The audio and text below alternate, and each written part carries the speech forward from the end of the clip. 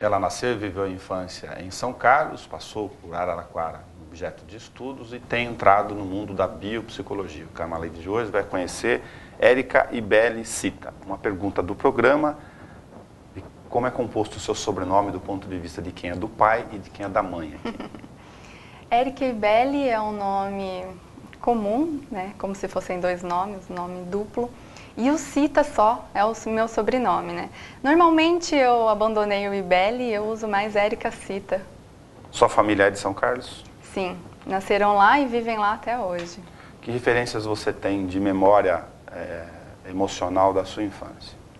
Ah, eu me diverti bastante, né? Eu tive uma infância que tinha no fundo de casa uma chácara, vamos supor, uns 3 terrenos de 1000 metros, assim.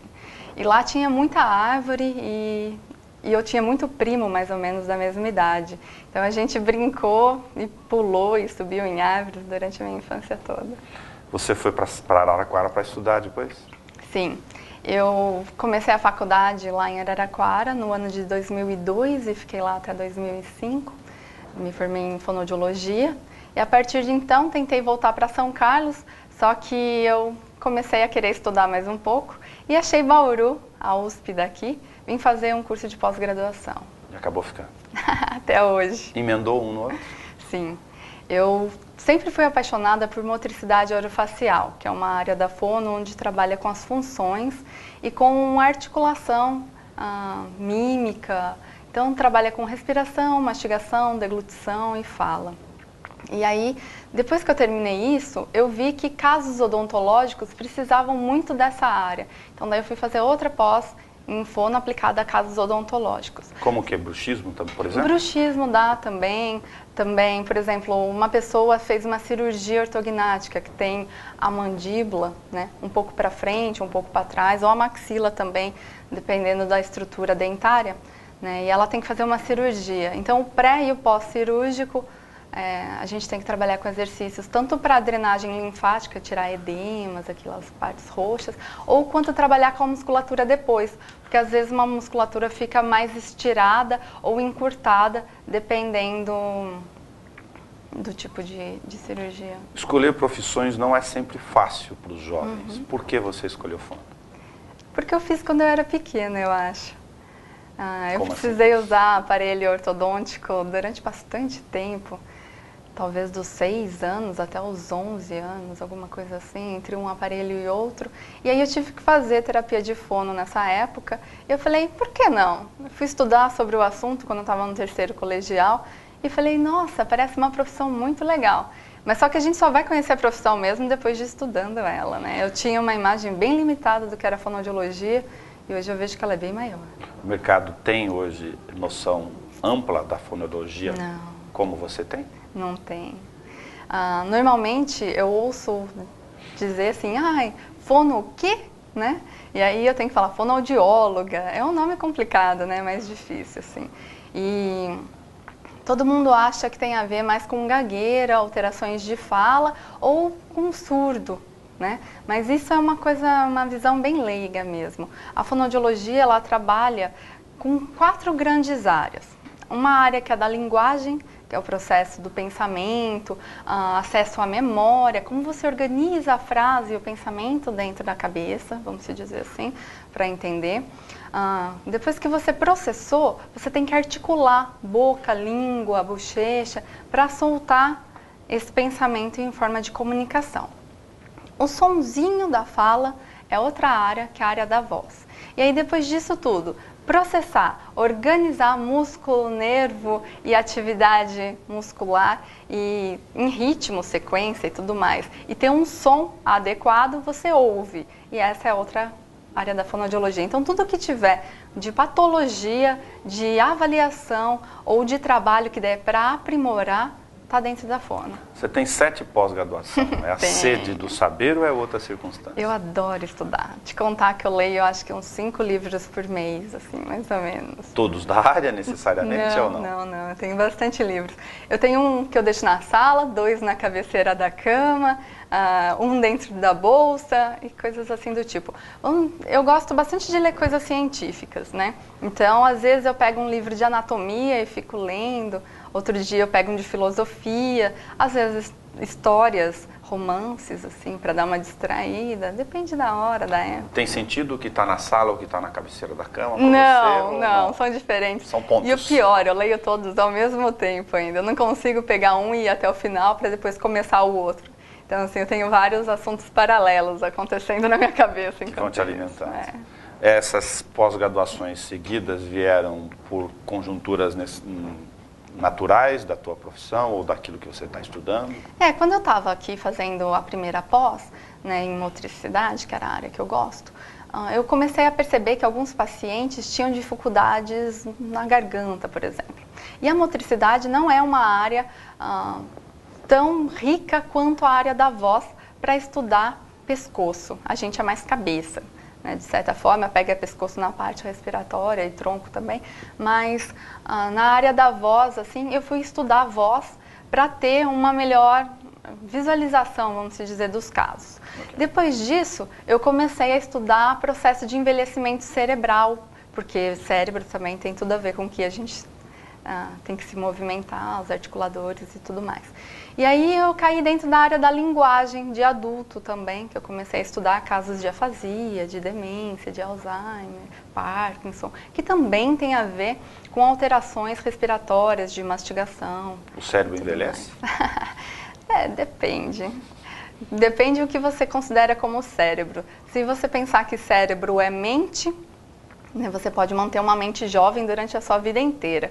Mas se você pensar em cérebro como uma parte anatômica, fisiológica, ele envelhece assim como o nosso corpo segue junto. Você está estudando atualmente biopsicologia? Biopsicologia, uma matéria maravilhosa.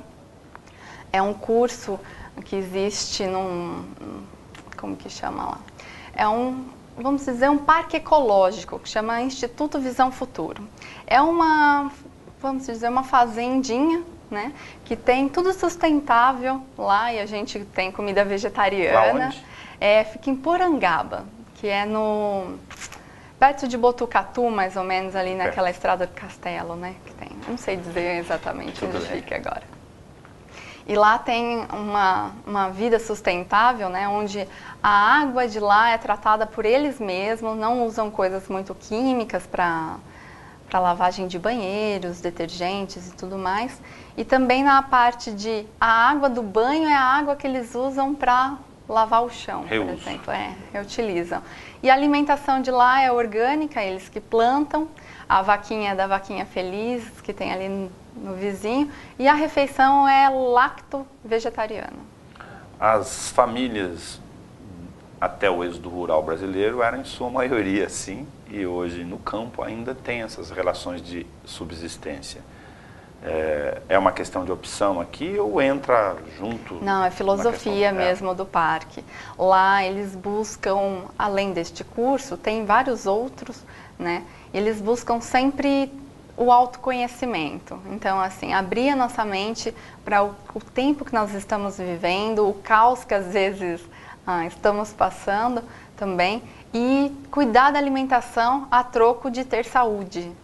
Você é vegetariana? Sou. Mas há 5 anos já. É isso que eu ia falar, se sempre ou foi? Não, há 5 anos. Lembra que eu gosto de ler livros? Sim. Um dia eu estava com um, que é o do Hermógenes, que é a autoperfeição do yoga, né? E eu estava lendo e ele estava falando que o consumo de carne, a gente deixa o nosso sangue mais ácido, e a acidez é, na grande maioria, o produtor de doenças, vamos dizer assim. A articulação também fica um pouco mais enrijecida no consumo de carne e a nossa cabeça fica mais agitada, vamos dizer até com uma emoção um pouco mais agressiva. Aí eu pensei, será? Mas eu gosto de fazer testes, né? E aí eu falei, vou experimentar. Uma semana seria pouco, acho que eu não conseguiria reparar benefícios. E um mês também não deu para ter uma troca corporal, ainda eu teria resquícios e vontades da carne. E E aí eu me propus, vou ficar 3 meses sem comer para experimentar, para ver se isso vale mesmo. Enquanto isso eu meditava e fazia atividades físicas ali semanais e muda muito. Muda muito. E a partir de então virei vegetariana. Como você repõe proteína?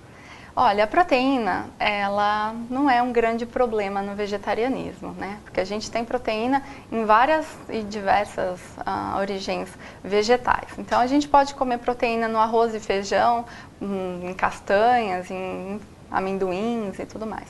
Esse não é o grande problema do vegetarianismo. A gente teria que prestar atenção na vitamina B12, que ela é de origem apenas animal. Sim. Então, pessoas que não comem derivados, por exemplo, nem ovo e nem leite, elas teriam que se preocupar, que é o caso dos veganos. Mas eu sou vegetariana, eu como derivados e então não é um grande problema. Eu faço sempre exames sanguíneos 1 vez por ano e está tudo sempre normal. B12 seu está em dia. É, B12 que é a preocupação e não mesmo a proteína. É só fazer uma alimentação variada que está tudo bem. O que não comer carne, então, representou para você agora? Você já tem essa experiência? Já tenho. Não comer carne muda a vida, assim. Mudou a minha personalidade, eu posso afirmar. Jura que uma picanha não te pega na personalidade? Não me pega mais agora. Os primeiros 6 meses de abandono foram difíceis, vou confessar que não é fácil, porque é um hábito que você tem. Deve ser a mesma coisa que parar de fumar, parar de beber e tudo mais.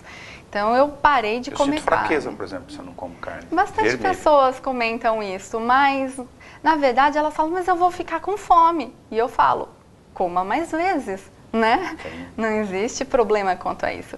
Uma coisa muito boa de ser vegetariana é o colesterol, por exemplo. O colesterol é só animal, né? Então o controle de colesterol pra gente é mais fácil. Entendi. No caso da biopsicologia, no estudo em si, você está avaliando que questões ou que questão? O meu trabalho final, eu vou tentar defender os aspectos, né? Não, peraí. Aspectos. De a vivência do mantra na qualidade de vida. Então, ainda estou estudando sobre esse assunto, que eu sei pouco da minha área de fonoaudióloga, eu vou tentar pegar essas partes que estão relacionadas ao som, à psicoacústica, e vou pegar a área de também respiração, concentração, meditação, que isso tem a parte do yoga, que eu também dou aula de yoga, e vou tentar juntar esse mantra com essa parte da fono para a gente ver o quanto de saúde a gente pode alcançar só entoando mantras. Vamos falar sobre questões de vida do dia a dia. Se você pegar do ponto de vista sempre com referencial leigo, o sono, por exemplo, é fundamental para a reposição de energias, para você conseguir se restabelecer. Um dia, quem dera que todos consigam atingir aquele estágio mais profundo dos sonos, porque isso faz uma reprodução no dia seguinte da qualidade do sono fundamental para as questões de vida. Onde você pontua a respiração no dia a dia? Vamos explorar a sua experiência de vida associada ao que você está estudando. Relacionada a sono? Relacionado, não, à qualidade de vida. Entendi. Não o processo simples aqui, que a gente está fazendo biofísico de respirar em si. Vamos pensar em estresse, que é o grande bambambam do momento, né? Quando a gente está um pouco mais ansioso, né, a nossa respiração, ela se torna superior, acontece mais nessa região aqui. Com ela superior, a gente tem uma tensão maior dessa musculatura de pescoço e é da parte posterior aqui da nuca também, né? E menor absorção de oxigênio, né? Quando a gente tem isso, a gente acaba estressado, fica assim, e com a respiração assim, fica mais estressado. Então, uma coisa seria trabalhar com a respiração inferior, que é a respiração mais baixa, diafragmática, né? Para que a gente consiga trabalhar outra musculatura e também maior captação de oxigênio. Isso faria com que a gente tivesse mais relaxamento corporal. Quanto mais oxigênio, a gente tem menos dores também. E a concentração de uma coisa específica, tanto de leitura, quanto você está prestando atenção em duas coisas ao mesmo tempo, sem deixar uma afetar a outra. Isso tudo está relacionado também com o controle de oxigênio que você tem no corpo. Então, tem bastante coisa a ver. No caso do sono, se você não respira direito, na hora que dorme, você acorda mais cansado e também, às vezes, pode dormir durante o dia. Então, um controle eficiente da respiração faz com que você tenha mais saúde, mais relaxamento, mais memória e concentração. Você usa o yoga como ferramenta para você? Ah, eu uso. Eu pratico yoga já tem 4 anos. O que você absorve do yoga? O que você tenta tirar dele para o seu processo de vida pessoal? O yoga ele está bem relacionado com o autoconhecimento, né? É uma parte, vamos dizer, prática e filosófica de vida, né? O yoga ele tem bastante ferramenta que faz com que a gente se cuide melhor e se conheça melhor. Então, momentos que eu esteja agitada ou que eu precise fazer alguma coisa, tenha uma criatividade, uma ideia genial a curto tempo, é mais fácil eu perder um tempinho respirando e me alongando e relaxando a minha mente para eu ter essa ideia do que eu tentar gastá-la à força. Então o yoga me ensinou bastante sobre equilíbrio. O exercício do pensamento, junto com a vida urbana, humana, de correria, gera um desgaste energético gigantesco. Gera. Você usa essas relações aqui, ou essas experiências, para poder equilibrar esses níveis de energia ou de não cansar tanto a mente assim? Com certeza. É que assim, a gente, na verdade, nunca ninguém nos ensinou que nós não somos a nossa mente. A nossa mente é uma ferramenta que a gente utiliza para poder viver melhor. Então, às vezes, a mente, por ser criativa, né, e muito móvel, né, ela é cheia de ideias e a gente dá atenção e presta muita atenção àquelas histórias que são contadas dentro da nossa cabeça. Então, essa agitação mental, junto com a agitação do ambiente, faz com que a gente fique mais acelerado. Então, parar a mente, fechar os olhos e relaxar um pouquinho, tirar os sentidos de audição, de visão e de gosto do ambiente externo, faz com que você perceba melhor o que está acontecendo dentro da sua cabeça. E prestando atenção dentro da sua cabeça, você consegue achar espaços vazios e dentro dela, trazendo um melhor relaxamento e maior conhecimento de quem é você. Objetivamente é esvaziar o pensamento? É difícil esvaziar uma coisa criativa, né? Mas vamos pensar da mesma maneira que quando você está agindo de uma forma, alguém vira uma filmadora para o seu lado e você faz um... né? A mente tem a mesma ligação, vamos se dizer. Então, quando você olha o pensamento, ele existe, e aí você olha para ele, ele faz uma pausa. Essa pausa é um silêncio. Cada vez mais que você treinar, observar este silêncio, é que você vai ter uma mente mais tranquila.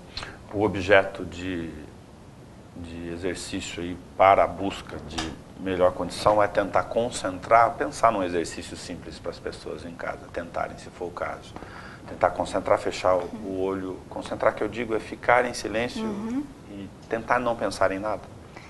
Olha, o tentar não pensar em nada já é pensar, né?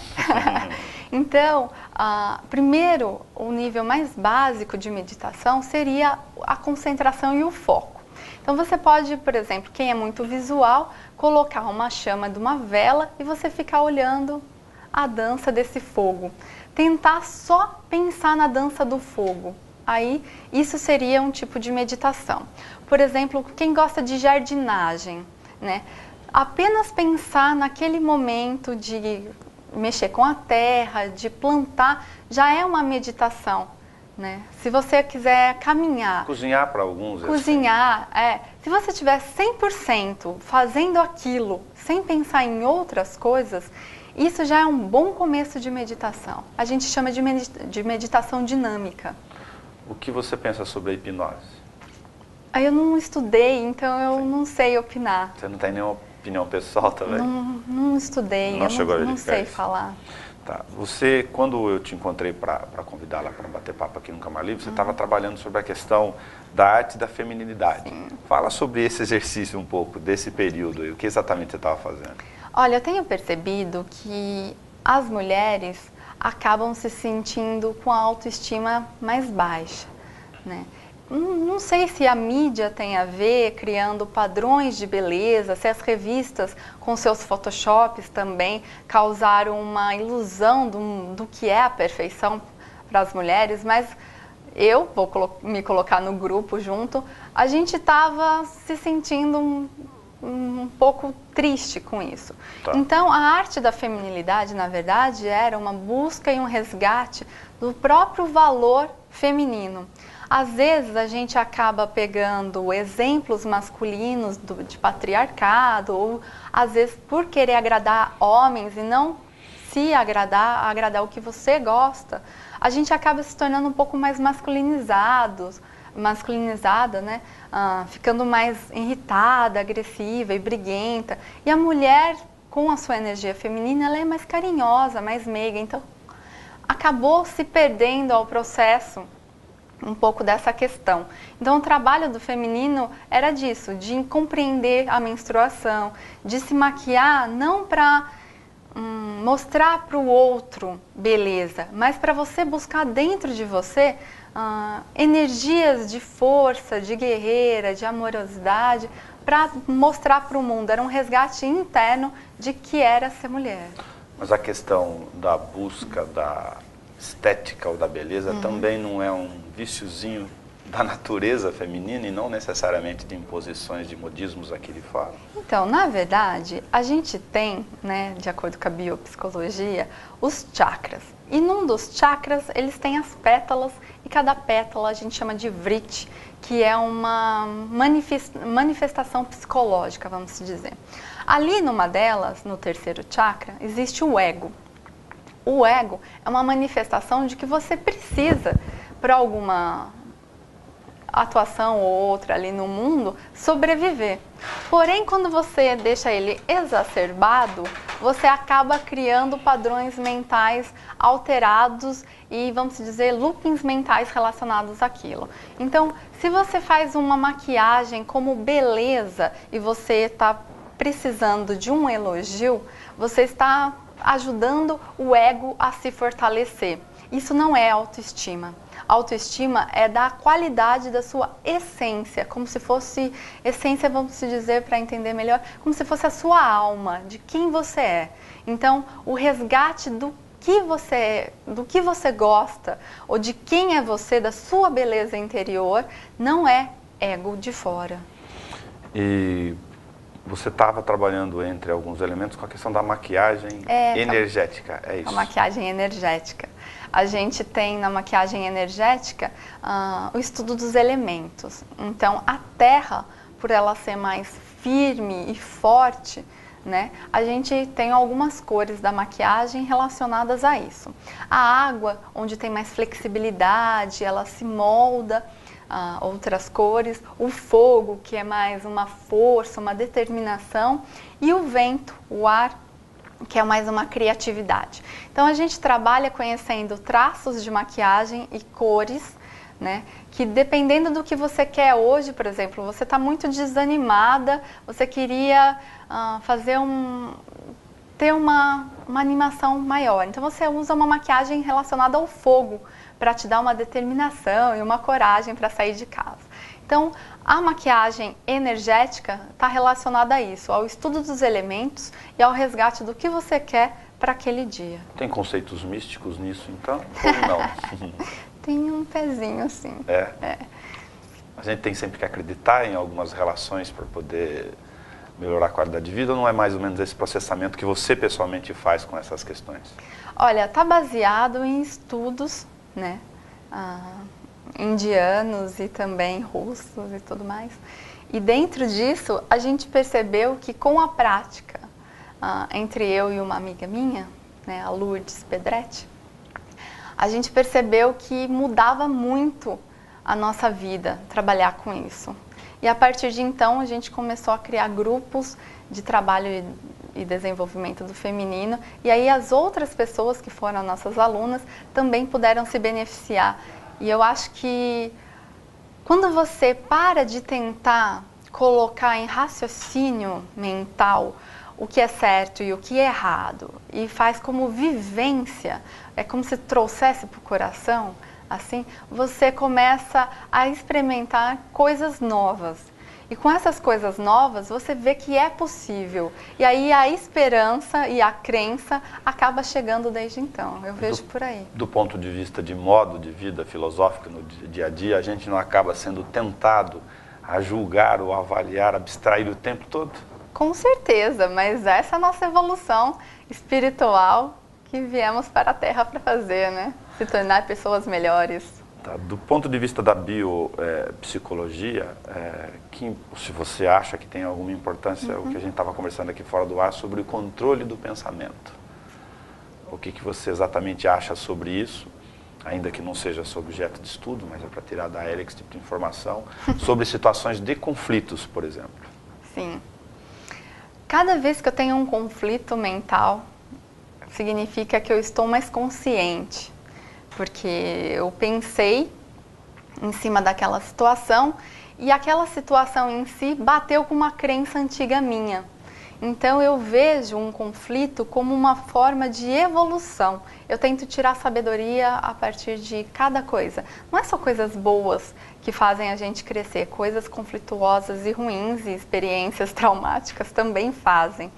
Então, cada vez que eu penso e que eu consigo identificar alguma questão dentro da minha cabeça, eu acho que eu tenho que meditar mais para descobrir mais coisas.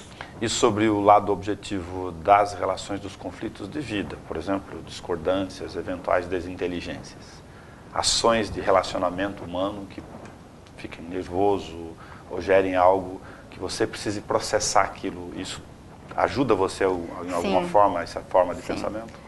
Porque todos temos as mesmas virtudes, né? Só que uns dominam mais e outros menos. Então, eu também fico nervosa, também tenho os meus momentos que eu saio do eixo, mas eu tento não respondê-los com agressividade ou de uma maneira reacional. Eu tento encontrar por que eu fiquei com aquele tipo de sentimento e tento neutralizá-lo para eu responder essa situação de uma maneira mais adequada. Para quem está em casa e não tem a experiência que você tem, nem o conteúdo de informações que você tem por causa de 7 pós-graduações, isso ajuda muito, faz diferença, você lê bastante. O que você diria sobre como lidar com situações de estresse, ainda que seja bastante superficial, não tem problema? Olha, como eu dou aula de yoga e eu vejo muitos benefícios nisso, eu acho que todo mundo deveria experimentar o que é o yoga. Às vezes a gente tem uma ideia de que yoga é ficar sentada ali, de olhos fechados, meditando, ou se não fazendo aquelas posturas, né? Que vai saber, só gente de circo consegue fazer praticamente, né? Mas yoga é muito mais do que isso, é autoconhecimento. Se eu pudesse dar um conselho para alguém conheça a sua respiração e entre para alguma aula de yoga. Que aí você vai conseguir ter ferramentas para lidar melhor com o seu dia a dia e com o seu controle de estresse. Bom, uma questão de um jogo, enfim, rápido com você aqui nesse estágio desse nosso bate-papo. O que você pretende com essas questões todas do ponto de vista pessoal? Onde você quer chegar com a biopsicologia em sua vida? Eu aprendi que a gente não deve pensar no final, a gente deve pensar no caminho. Então, por mais que eu pense em um final, será um final limitado daquilo que hoje eu consigo compreender o que ele possa ser. Então eu deixo minha mente livre, sem existir o final, e aproveito o caminho. O que eu sou é muito curiosa e eu tento testar tudo aquilo que eu leio para ver se é verdade mesmo em mim. Então a minha curiosidade é que me faz caminhar para frente. Você é muito mais presente do que futuro? Hoje sou.